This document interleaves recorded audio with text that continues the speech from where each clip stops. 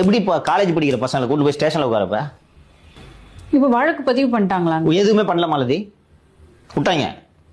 நீ எப்படி உட்கார வச்ச? என்னோட கேள்வி தான். அது கடுமையான மனித உரிமை மீறல். என்ன அஃபென்ஸ்? விஜய் படத்தை தூக்கி காட்டினது என்ன அஃபென்ஸ்? என்ன அஃபென்ஸ் சொல்லுங்க. மாணவர்கள் அரசியல் செய்ய வேண்டும் என்பதற்காக தானே நீங்க திமுக மாணவர் அணி என்று போட்டு இருக்கிறீர்கள். மாணவர்கள்லாம் அழைச்சு நீங்க நிகழ்ச்சி நடத்துறீங்களா? உங்களுக்கு கூட்டம் சேர்க்கணுன்றதுக்காக நியூ காலேஜ் படிக்கிற பையில கூட்டு போனீங்கன்னா அவன் விஜய் ஃபேன் தூக்கி படத்தை காட்டுவான்.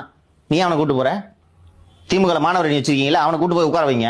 உங்க சிஎம் போடுற மொக்கையை கேட்கறதுக்கு நீங்க இந்த தப்பை பண்ணிட்டு எப்படி அவனை கொண்டு போய் எனக்கு எனக்கு என்ன கஷ்டமா இருக்குன்னா, நான் பல முறை போலீஸ் ஸ்டேஷன் போயிருக்கேன், கஸ்டடிக்கு போயிருக்கேன், ஜெயிலுக்கு போயிருக்கேன். எனக்கு பிரச்சனை இல்லை. படிக்கிற மாணவன் எதுக்கு போலீஸ் ஸ்டேஷனை பார்க்கணும்? அவன் என்ன தப்பு பண்ணா? அவங்க பெற்றோர் ஏன் வந்து நிக்கணும்? மதியத்துல இருந்து வேலையை விட்டுட்டு நைட்டு 8:30 மணி வரைக்கும் எதுக்கு நிக்கணும்? எப்படி டிடைன் பண்ணீங்க அவனை? அதிகாரிகளுக்கு எவ்வளவு ஆணவம் வந்துருச்சு தெரியுதாப்பா? இன்படி கூப்பிட்டு உட்காரப்பீங்களா? அப்படி யூஸ் பண்ணான்னு சொல்லிட்டு தூக்கி நடிகர் எல்லாம் தூக்கி குரூப்ல, வாட்ஸ்அப் குரூப்ல இருந்தாலும் ரிமாண்ட் பண்றீங்களே. பெரிய வீட்டு பிள்ளைக்கு இது மாதிரி ஆச்சு, டெஸ்ட் எடுத்தீங்களா? பெரிய வீட்டு பிள்ளைக்கு கொடுத்தது யாரு? எந்த பார்ல நடந்துச்சு? அது தெரியாத உங்களுக்கு? நடவடிக்கை எடுத்தீங்களா நீங்க? எவனோ ஒருத்தன் சொல்லிட்டு படிக்கிற பசங்கயா விளையாட்டா பண்ணிட்டான், அவ்வளவுதானே. அஃபென்ஸ் பண்ணானா? பொம்பளை பிள்ளைங்கிட்ட வம்பில் தானா? எது போலீஸ் ஸ்டேஷன் கூட்டு போறீங்க?